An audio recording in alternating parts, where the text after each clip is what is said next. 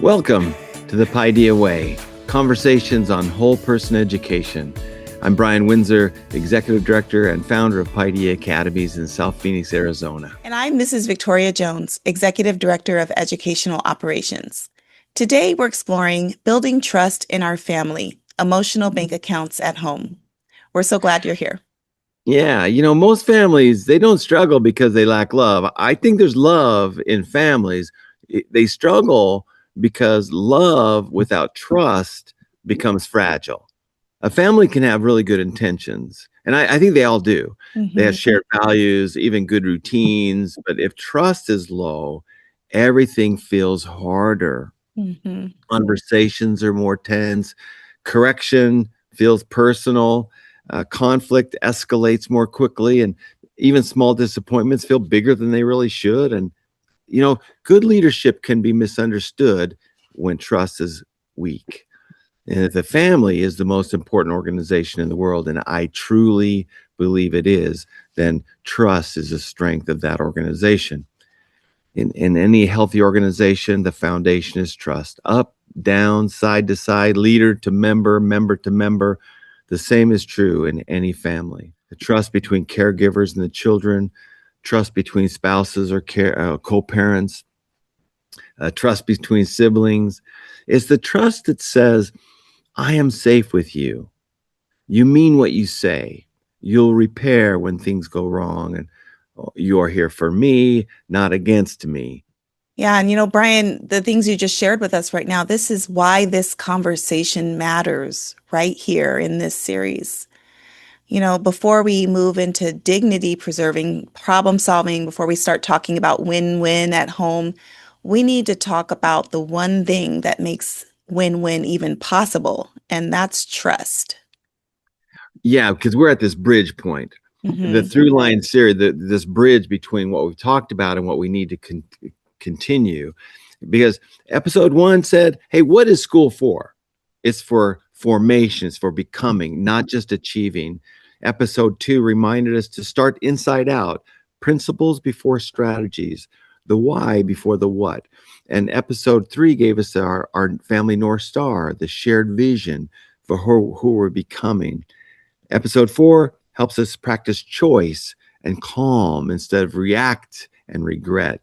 Episode 5, it helped us to build rhythms and routines that reduce friction and protect what matters most. And episode 6, the last one, helped us to think about first things first, how to protect time and attention and rituals that build family culture. But now we're at this bridge. Habits 1, 2, and 3 help us to govern ourselves. That's the private victory. Habits 4, 5, and 6 move us into a life with other people, the public victory. And we can't have the public victory until we have the private victory. And that's the bridge, is the trust. Yes. Put simply, before a family can even solve problems well together, they need enough trust to stay connected while solving them. From our work with students and families here at Paideia, why is trust such a big deal? Why do we stop here and make such a big deal out of trust? And I know for us, it's because when trust is present, children feel safer, adults feel safer, everyone's less defensive and more open. But when trust is low, even helpful correction can feel threatening to people. Yeah, Victoria, it's so true. Even as our leadership as executives of a company or principals of a campus, you're right. When trust is low, even those small corrections, it creates these threatening feelings, right? And that's that important point. In my years of consulting with schools and working alongside families for decades and years as well, I've seen that trust is often built or broken in those small moments, especially in how adults notice effort, respond to struggle, correct behaviors, and speak to children day after day. The importance of this trusting relationship in all organizations and classrooms to families, and something that Paideia that we use a lot. It's the emotional bank account metaphor. And this, in the language of the 7 habits, one of the most important metaphors for trust is the emotional bank account. A bank account is simply a way of thinking about the amount of trust in a relationship, like the amount of money in a bank. When we make deposits, the trust grows. But when we make withdrawals, trust, it goes down. And just like a financial bank account, you can't just keep making withdrawals from a relationship and expect it to stay healthy, Yeah. It's not going to work. So that makes this very practical for families because every interaction is not just about that moment, but it's also about how have we affected our account? How have we affected the bank account, right? It's every tone of voice, it's every promise kept or broken, every apology offered or avoided, and every moment of attention or distraction.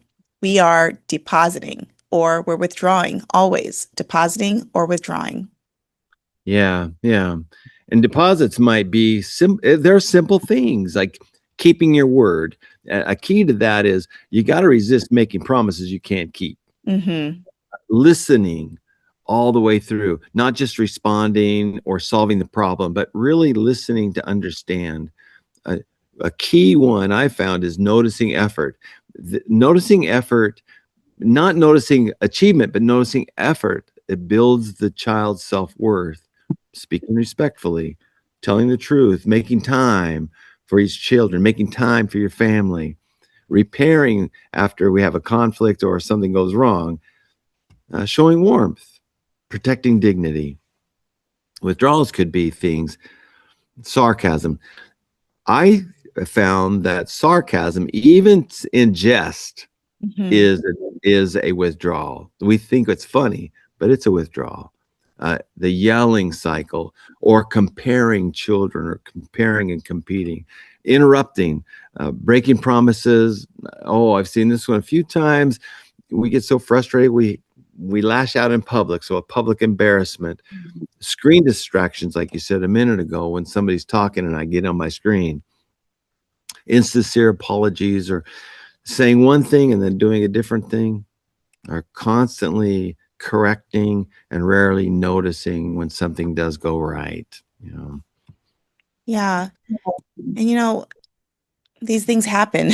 We've we've all Happen. we've all done some of these things. And one important truth for families is this.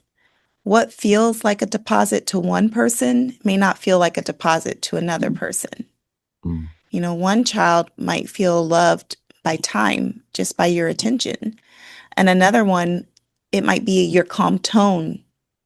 Another one, it might be words of encouragement. And someone else, it just might be help. Another by being treated with respect in front of others. So trust building is personal. It's about knowing the members of your family and what matters most to them. So how do families build healthy emotional bank accounts over time? It's very simple. First, you got to know the person's currency. You have to ask yourself, what makes this person feel seen, safe, and valued? Secondly, we must be sincere and consistent because trust is not built, it's not intensity or the amount, it's about reliability. Third is to make small deposits over time. The strongest relationships are usually not built through one big, huge, dramatic moment, but it's through many, many small moments that matter. And then fourth is to remember that close relationships require more deposits. Okay, the closer the relationship, the deeper that withdrawal feels for people, the more deeply it lands, and the more intentionally deposits matter. And then fifth, try not to make withdrawals, and then when you do, genuinely apologize. We don't do it defensively, not half-heartedly, not, oh, I'm so sorry that you felt that way, but be honest and sincere in your apology if you make a withdrawal. I was wrong. That hurt you. I want to repair this. I like that, Victoria, how you said you didn't. I like how you didn't say do not make withdrawals. It's like try not to, Yeah. because we are way human. Mm-hmm. And and sometimes I'll make withdrawal unintentionally. I didn't know I did. But even though I didn't intentionally make a withdrawal. I'm trying not to, but I've just got to go back and repair that thing. Yeah. You know, over the years, I know this is difficult, and sometimes, and I also value what you said about it's not the big deposit. I think you said making those small deposits over time, $1 deposits over time, $10 deposits over time. Sometimes it's hard to remember.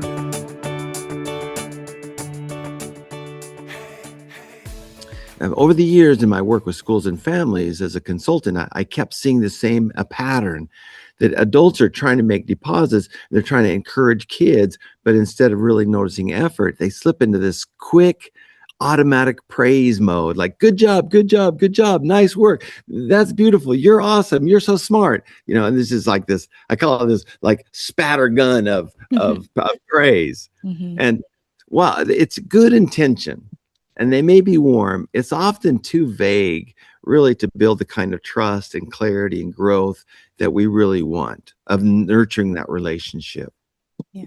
Because a good job, or you're so smart, or that's awesome, it communicates approval, but it doesn't always communicate understanding. And children, like adults, we grow when we feel accurately seen, not flattered, not managed, not manipulated, but truly seen. So I developed this simple framework to help parents and teachers move from generic praise to meaningful reinforcement. I called it feeding, the feeding rules for noticing effort. And feeding is just this acronym. It's just FEEDING. F stands for frequently. So deliver positive verbal reinforcement much more often than correction or criticism. I've heard it say, 4-to-1 positive over negative. And I've said that thing too. But I think you got to know that some kids need it more. Some kids, that one correction is going to be much more of a withdrawal than others. Well, you've got little Olivia, right? She's 1. Yeah. And I've got little Tyler as a granddaughter, and I know when I tell Tyler no, it's like this bomb went off, and she's so then I've got to go and repair that thing over time. So you just got to know your kids well enough. So F is frequently. E is eye contact. Eye contact is so important in this.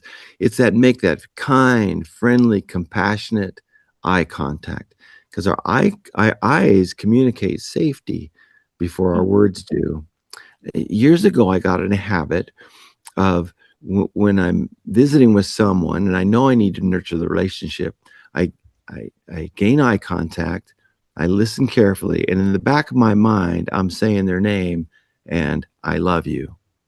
So I'm listening, and at the same time, I'm saying, Zoe, I love you. And I think that communicates through my eyes to nurture that relationship and value that person.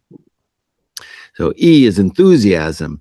You match the level of the enthusiasm of the child, because a kindergartner or a toddler, they like a lot more excitement of enthusiasm being noticed than a teenager. They just might need a good knuckle bump, or just a subtle acknowledgement that we see them. The goal isn't performance. The goal is impact. D, so crucial. D is describe the desired behavior. Don't just say you're amazing or good job, you're so smart, that's so good, but clearly describe the behavior that you want to reinforce. For example, I noticed you stayed with that difficult problem.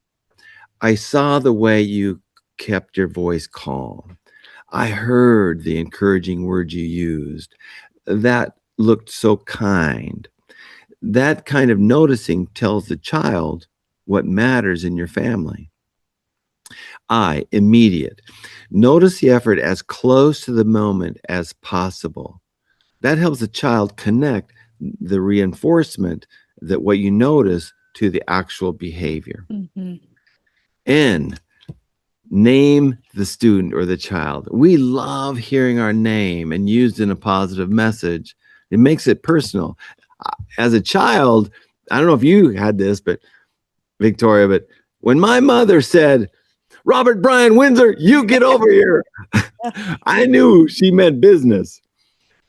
But she also Yeah. would use my name, Brian. I'm proud of you. Yeah. Names are important. Names are important. And finally, G, be genuine about this. Be sincere. Kids, adults, we can always spot a fake or manipulative praise. We know when we're being manipulated. Trust grows when reinforcement is honest and deserved. Yeah. Brian, this framework is so helpful. This is great. This really gives families something more powerful than just saying good job. It gives us a way to make specific, genuine deposits into a child's emotional bank account. And that changes the emotional climate especially in that moment. Mm. When children feel like adults only notice mistakes, they become even more guarded. They don't feel safe in that. But when they feel their effort is being noticed honestly, they begin to feel safer, more confident, more open, and that opens up the relationship.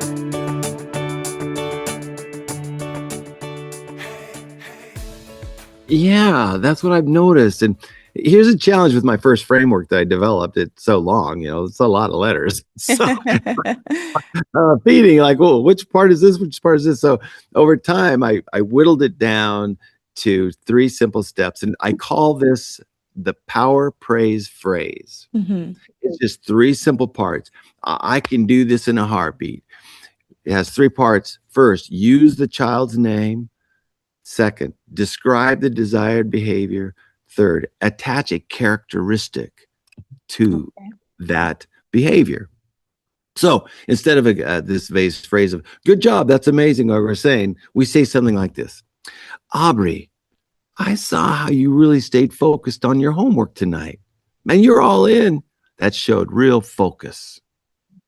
Sean, I just heard the encouraging words you said to your sister. That was so kind. I bet it made her feel good.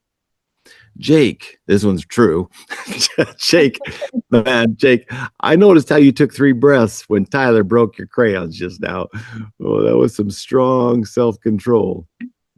Zoe, this was the other night. Zoe, man, I appreciate so much how you help clear the table and sweep the floor after dinner.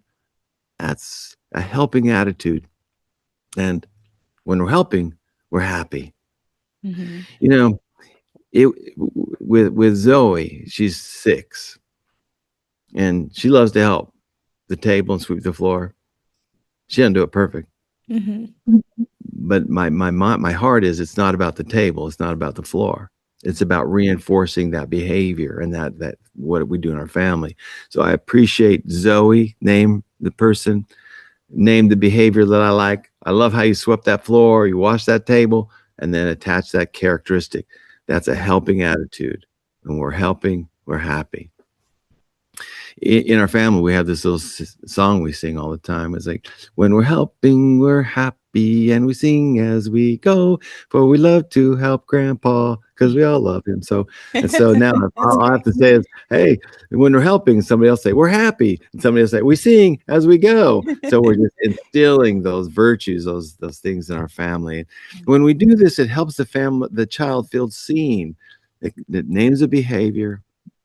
And often we want to base those on the family principles and our North Star.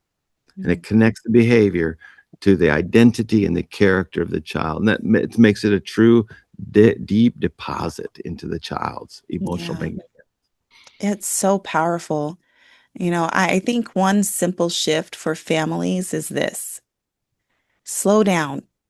Yeah. Notice your children's effort more specifically, and it's not even just about the children. Everyone in the house, benefits from this. And it turns generic praise into a trust deposit.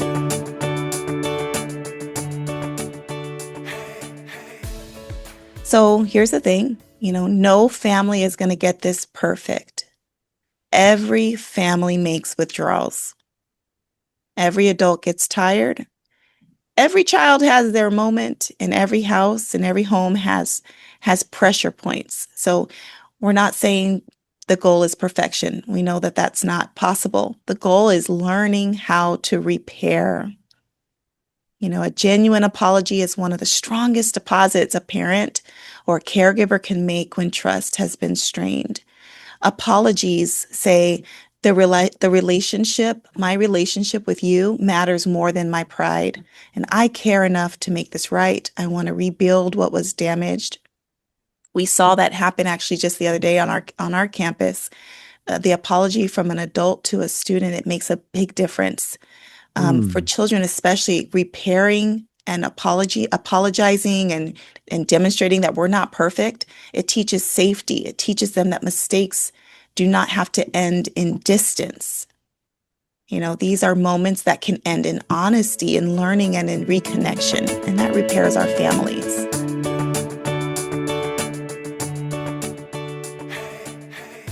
Yes, Victoria, that is so crucial. That's a good point, because this is the bridge.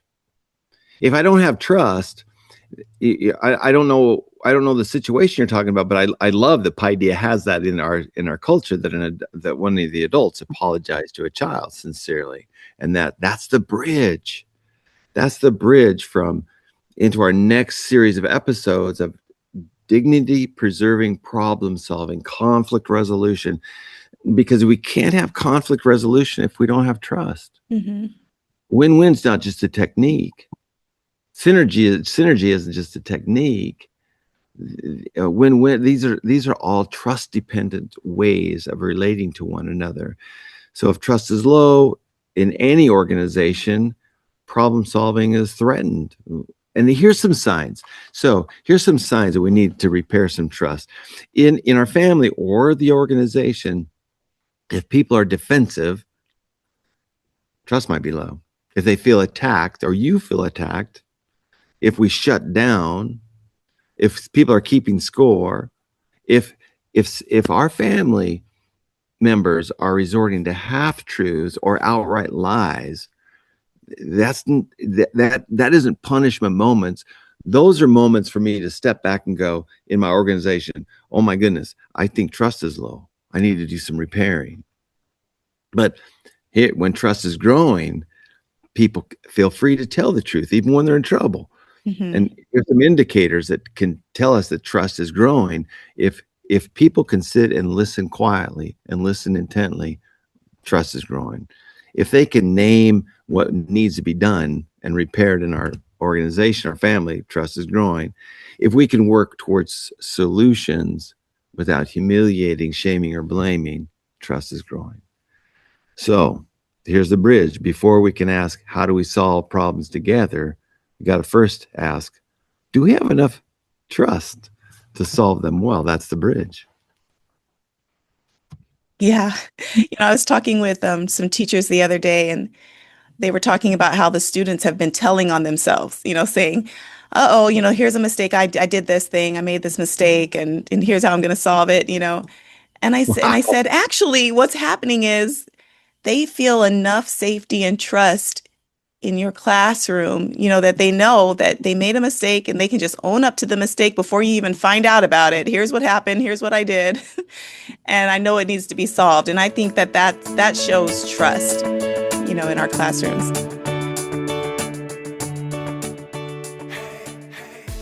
So before we close, we like to offer one simple practice families can try this week. It's something small that supports whole person growth. This week's Paideia practice is the 3 deposits challenge. Here's how it goes. Choose one family member, then make 3 intentional deposits this week using Dr. Winsor's power praise phrase. Okay, use their name, describe the desired behavior, and then attach a strength or a characteristic. Make sure that your praise is not vague, but it's specific, something you specifically noticed. For example, Eli, I saw you put your shoes away without being asked. That was responsible. Olivia, I noticed you kept trying even when reading felt hard. One day that's going to be something I say to her. That showed perseverance. Micah, I heard the way you spoke gently to your sister. That was caring and mature.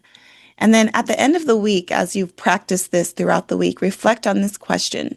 What changed when we noticed effort more specifically? Oh, I can't wait to do that. I'm gonna do that this week. I'm gonna practice it because children and adults both tend to move toward what is noticed. Mm-hmm. A theme, you've probably even seen this in our SOPs, a theme I've repeated my whole leadership life at schools and organization is behavior noticed is behavior worth repeating. And I know Miss Lesperance would say, she might even finish that sentence for me. So if we want trust, if we want responsibility, kindness, calm, perseverance, grit, leadership to grow in our homes, we need to get better at noticing them when they appear. Yes, so powerful.